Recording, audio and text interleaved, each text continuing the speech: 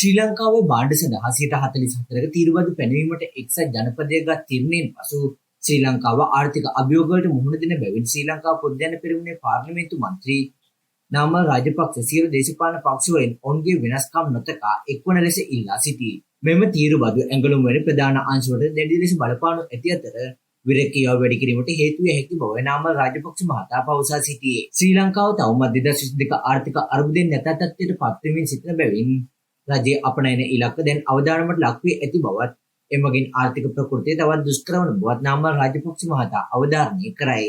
තවද ඇමරිකා එක්සත් ජනපදයේ සමග සාකච්ඡා සාර්ථක නොවන්නේ නම් අයවැය යෝජනා නැවත සකස් කර අපනයන ආදායම් පවත්වා ගැනීම සඳහා විකල්ප විසඳුම් සොයා ගන්න ලෙසත් ඔහු රජයෙන් ඉල්ලා සිටී. වැඩිදුරටත් අදහස් දැක්වූ නාමල් රාජපක්ෂ මහතා අපි මෙම දෙවන්ත බාධකයට මුහුණ දෙන බැවින් සියලු දේශපාලන පක්ෂ එක්ව කටයුතු කර බලපෑමට ලක් වූ අංශවලට සහාය වීමට කාලයයි. යනුවෙන් නාමල් රාජපක්ෂ මහතා පැවසුවේ මෙම අභියෝගයේ ජය ගැනීම සඳහා එකමුතුවේ අවශ්‍යතාවය අවධාරණය කරමින්